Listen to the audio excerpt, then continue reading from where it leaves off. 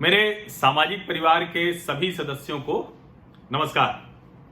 अभी सबके मन में सबसे बड़ा प्रश्न क्या है? सबसे बड़ा प्रश्न यही है कि अर्थव्यवस्था सुधरेगी क्या?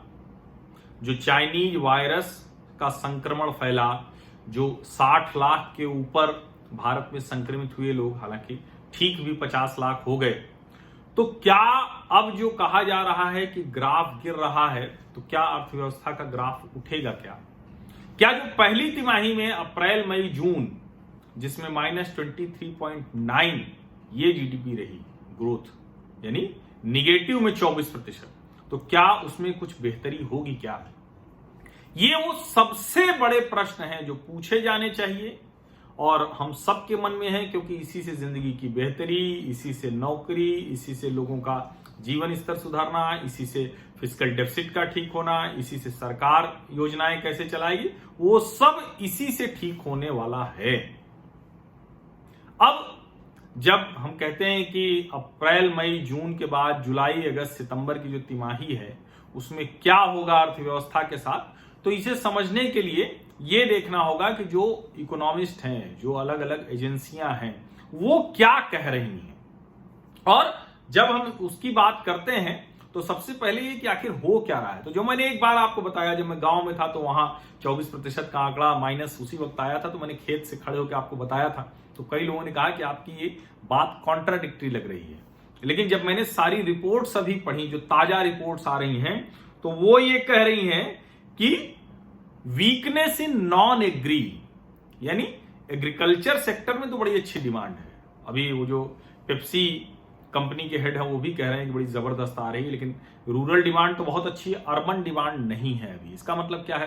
फैक्ट्रीज अभी पूरी तरह से नहीं चल पा रही हैं, लोग लौटे नहीं हैं, ट्रेनें नहीं चल पा रही हैं, रोजगार, एक तो रोजगार नहीं है, दूसरा रोजगार करने वाले लोग जो हैं, जो नौकरी करेंगे, जिनको रोजगार दिया जा सके, वो पहुंचे नहीं। बहुत सी चीजें हैं अभी।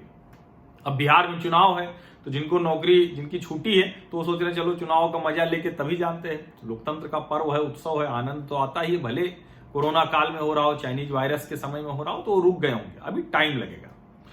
दूसरा, डिमांड अंडर स्ट्रेस, ये इसी से जुड़ा हुआ मसला है। मांग नहीं बन रही है अभी उस तरह से मांग नहीं बन रही है, और उसका बड़ा सीधा सा चक्र है। जब कंपनियां अपने उसमें हो और जो एक तरह से कहें कि ऊपर से नीचे तक की जो सप्लाई चेन होती है, जब वो दुरुस्त होगी तब जाके डिमांड साइड वो बेहतर होगा, और डिमांड साइड बेहतर होगी तो सप्लाई चेन अपने आप ठीक हो जाएगी। तो ये दोनों जो एक दूसरे से जुड़ा हुआ मसला है, वो जेब में पैसा आए, आप खरीदने जाए, कंपनी के पास पैसे हो, वो पैसे लगा के उसको बना सके, और जब ये दोनों ठीक हो जाए तो बाजार बेहतर हो जाता है, अर्थव्यवस्था ठीक चलने लगती है। अब इतना गड्ढा हुआ है तो थोड़ा टाइम लगेगा, क्योंकि उधर कंपनीज के पास भी पैसे नहीं है और इधर लोगों की जेब में भी पैसे घटे, बहुत सी नौकरियां गई, बहुत से काम बंद हो गए, बहुत असर डाला हुआ है। लेकिन अब ये जो जुलाई अगस्त सितंबर है, इसमें मुझे लगता है कि इकोनॉमिक एक्टिविटी वो 70-80% back to pre COVID level चली गई है।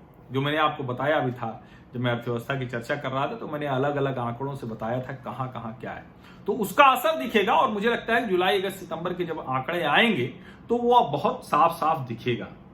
इसमें एक और चीज कही गई है कि जो भी तेजी दिख रही है, वो जो खरीफ का साइकिल है उसकी वजह से, प्रोडक्शन जो अप है उसकी साइकिल की वजह से है। और एक और चीज इसमें है कि वी शेप रिकवरी नहीं आने वाली है, यानी एकदम से नीचे गया और फिर ऐसे तेजी से आएगा, ये नहीं होगा। वो एल शेप रिकवरी हो सकती है, यानी जब ये गिरा है तो धीरे धीरे धीरे धीरे बढ़ेगा। के शेप हो सकती है, यानी गया, थोड़ा बढ़ा, फिर गिरा, फिर गया, और ऐसे ऐसे चढ़ता जाएगा। तो कुल मिला के ये स्थिति हो सकती है, ये कहा गया है, जो अलग अलग आंकड़े आए हैं। लेकिन जो ये अलग अलग एजेंसीज हैं, कंपनियां हैं, अर्थशास्त्री हैं, ये भी कह रहे हैं कि FY21 का जो Q4 होगा, यानी आखिरी तिमाही, तो 4 क्वार्टर होते हैं एक साल में, एक वर्ष में, तो जो आखिरी तिमाही होती है अप्रैल से शुरू होकर मार्च तक जाती है, 1 अप्रैल से 31 मार्च तक, तो आखिरी तिमाही मतलब क्या हुआ? 2021 जनवरी फरवरी मार्च, इसमें हम पॉजिटिव रह सकते हैं, और वो भी कितना? 3 से 3.5%। और आप यकीन मानिए कि अगर हम आखिरी तिमाही तक जाते 3 से 3.5% ग्रोथ में चले जाते हैं, और अगर मैं थोड़ा ज्यादा आशावादी हूं, इसलिए आशान्वित हो रहा हूं कि ये जो अक्टूबर, नवंबर, दिसंबर की तिमाही है, इसमें भी हम पॉजिटिव जोन में घुस भी पाते हैं। तो बहुत बड़ी बात है, लेकिन कैसे घुस पाएंगे? अप्रैल मई जून में तो -23.9 है, तो जो जुलाई अगस्त सितंबर तिमाही में अर्थशास्त्री कह रहे हैं, एजेंसियां कह रही हैं, वो औसत अनुमान लगाया है 12% माइनस। यानी एक तरह से कहें कि 100% नहीं, 50% रिकवरी इस 3 महीने में हो गई। यानी सेकेंड क्वार्टर में, दूसरी तिमाही में 50% का सुधार, -24 से -12।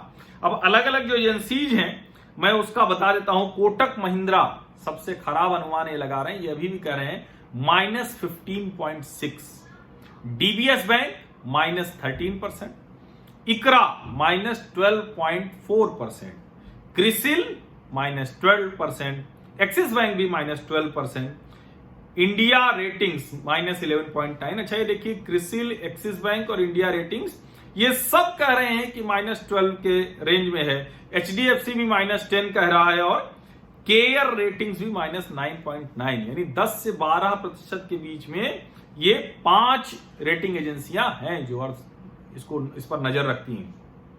आईडीएफसी -8.1, ज्यादा आशा। बार्कलेज -8। तो ये जो आंकड़े हैं ये बताते हैं। और एक तरह से देखें कि बहुत खराब 2 कोटक महिंद्रा -15.6 और डीबीएस 13, ये ऐसे देखना। तो कुल मिलाकर 12 का औसत है। लेकिन अगर इसमें कुछ बेहतरी हो पाई सितंबर तक, तो निश्चित तौर पर जो अक्टूबर, नवंबर, दिसंबर है वो शायद इतनी रिकवरी कर ली जाए, क्योंकि इन 3 महीनों में 50% हुई है। उतनी तेज रफ्तार नहीं रहेगी, क्योंकि वहां तो एकदम बंद से खुला था, लॉकडाउन से अनलॉक हुआ था। लेकिन ये भी सही है कि अब ये 3 महीने अक्टूबर, नवंबर, दिसंबर ये आपके त्योहारों के होने जा रहे हैं, पर्व के होने जा रहे हैं, खरीदारी के होने जा रहे हैं, जिसके बारे में मैं बार बार कहता हूं कि ये भारत के वो महीने हैं जहां कोई भी मंदी टिकती नहीं है। तो हो सकता है कि ये इसको पूरी तरह से हम खत्म करने में कामयाब हो जाएं तीसरी तिमाही में, जो निगेटिव जोन है। लेकिन चूंकि एक अभी जो और बंदिश है, मुश्किल है सरकार की कि किसी भी हाल में अब और कोई स्टिमुलस पैकेज नहीं दे पाएंगे, क्योंकि फिस्कल डेफिसिट वैसे ही बहुत ज्यादा बढ़ गया है, मुश्किल हो गई। तो अब कोई स्टिमुलस नहीं मिल पाएगा।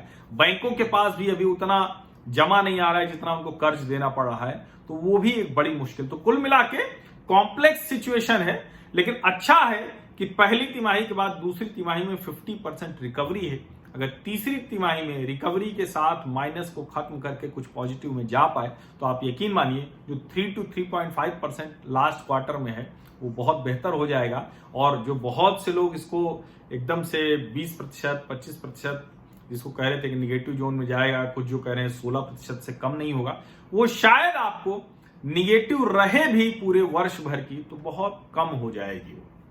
जो सी रंगराजन साहब ने कहा था ये बड़ा महत्वपूर्ण है। मतलब कई बार ऐसे लोगों की बात ध्यान से सुननी चाहिए कि जिन्होंने कोई राजनीतिक पद नहीं हासिल किया हो। ऐसा नहीं है कि जो लोग राजनीतिक पद हासिल कर लेते हैं उनके ऊपर विश्वसनीयता, वो भी बहुत विद्वान होते हैं, बहुत आंकड़े तथ्य के साथ बात करते हैं, लेकिन उनके ऊपर राजनीति हावी हो जाती है। रंगराजन जैसे लोग हैं कि जिनके ऊपर राजनीति कभी हावी नहीं हुई, जबकि वो पीएमईएसी के मेंबर रहे, पीएम चेयरमैन रहे। डॉक्टर मनमोहन सिंह के समय में प्रधानमंत्री की आर्थिक सलाहकार समिति के वो चेयरमैन रहे, अध्यक्ष रहे सी रंगराजन साहब। अर्थशास्त्र की दुनिया में उनका बहुत बड़ा नाम है। आर्थिक गतिविधियों पर उनकी टिप्पणी बहुत गंभीरता से ली जाती है, चाहे कोई भी सरकार हो, कोई भी नीति निर्माता बैठे हुए हो। तो हम उम्मीद करेंगे, और मैं बार बार कहता हूं कि मैं थोड़ा सा ज्यादा आशावादी हूं, मैं थोड़ा ज्यादा बेहतर स्थिति में रहता हूं, मेरे ऊपर निराशा कम हावी होती है। लेकिन कई चीजें हैं जो थोड़ा सा संकेत अच्छे नहीं है, उसमें निराशा हावी भी होती है कभी कभी। लेकिन यकीन हम करेंगे कि ये जो पूरा जो आंकड़ा आया है और जो 50% रिकवरी दिखा रहा है, अगर ये थोड़ा और बेहतर हो पाई तो हमारे लिए तीसरी तिमाही इस पूरे के पूरे गड्ढे को भरने में कामयाबी दिला देगी। अक्टूबर, नवंबर, दिसंबर वाली। तो सितंबर के पहले आंकड़े आ जाएं, ये तो अभी अनुमान है, लेकिन मुझे भी लगता है कि ये 8 से 10% के बीच में निगेटिव रहेगी। मेरा ऐसा मानना है। मैं थोड़ा ज्यादा आशावादी हूं, इसलिए उसी नजर से देखता हूं, क्योंकि बहुत तेजी में बिजनेस एक्टिविटीज अप हुई हैं, बहुत तेजी में बिजनेस एक्टिविटीज अप हुई हैं। और हो सकता है कि उसका लाभ हमें इसी तिमाही में दिखने लगे। और मैंने आपसे कहा था कि आर्थिक गतिविधियों पर, अर्थव्यवस्था पर, जीडीपी ग्रोथ पर, एम्प्लॉयमेंट पर, कंपनीज के परफॉर्मेंस पर, इस सब पर मैं रेगुलर बात करता रहूंगा। तो वो बात यहाँ होती रहेगी। तो राजनीति, समाज, नया मीडिया, इस सब के अलावा अगर आपको लगता है कि आर्थिक गतिविधियों पर भी चर्चा नियमित होती रहे, तो आपको करना क्या है? कुछ नहीं करना है, सिर्फ मेरे सामाजिक परिवार में शामिल हो जाना है। और उसके लिए आपको सब्सक्राइब बटन पहले तो सब्सक्राइब कर लेना है, फिर दूसरा वो घंटी बजा देनी है जो बेल आइकॉन लगा हुआ है नोटिफिकेशन वाली। इससे आपको समय से वो खबरें मिल जाएंगी। और अगर आप चाहते हैं कि आप मेरी ब्रॉडकास्ट सूची में शामिल हों, अच्छा इसमें मैं एक चीज कह दूं, ब्रॉडकास्ट सूची में आप तभी शामिल होने के लिए तय कीजिएगा जब आपको ये न लगे कि आप मेरी दूसरी किसी बातचीत से कहेंगे कि अब मैं आपको अनफॉलो कर रहा हूं। तो थोड़ा इंतजार कर लीजिए। और मैं तो आपको ये भी कहूंगा कि मुझे सब्सक्राइब करने से पहले आप तुरंत पहला वीडियो देख के सब्सक्राइब मत कीजिएगा। सब्सक्राइब तब कीजिएगा जब आपका मन इतना पक्का हो जाए, क्षण भंगुर अवस्था में मत कीजिएगा, स्थिर होकर कीजिएगा। कोई दिक्कत नहीं मुझे, मैं बार बार कहता हूं कि देखिए 1 लाख से ज्यादा का सामाजिक परिवार हो गया है और बहुत बार लोग आए गए, रुके, फिर लौट के आए, तो ये सब होता रहेगा। लेकिन आप यकीन मानिए कि मैं किसी का एजेंडा नहीं चलने दूंगा, ना आपका और अपना भी नहीं। ठहर कर सोचूंगा, यहां किसी का एजेंडा नहीं चलेगा, कोई भड़काऊ बात नहीं होगी, मुद्दे की बात होगी और जो मुझे ठीक लग रहा होगा, जिससे कन्विंस होगा, वही बात करूंगा। कभी गलती हो जाएगी तो बिना संकोच यही माफी भी मांग लूंगा। बहुत बहुत धन्यवाद मुझे ऊर्जा देने के लिए, मेरी ताकत बनने के लिए। और निश्चित तौर पर हमारा ये जो सामाजिक परिवार है वो सकारात्मक सार्थक विमर्श तैयार करने में देश में कामयाब हो रहा है और होगा ही। धन्यवाद।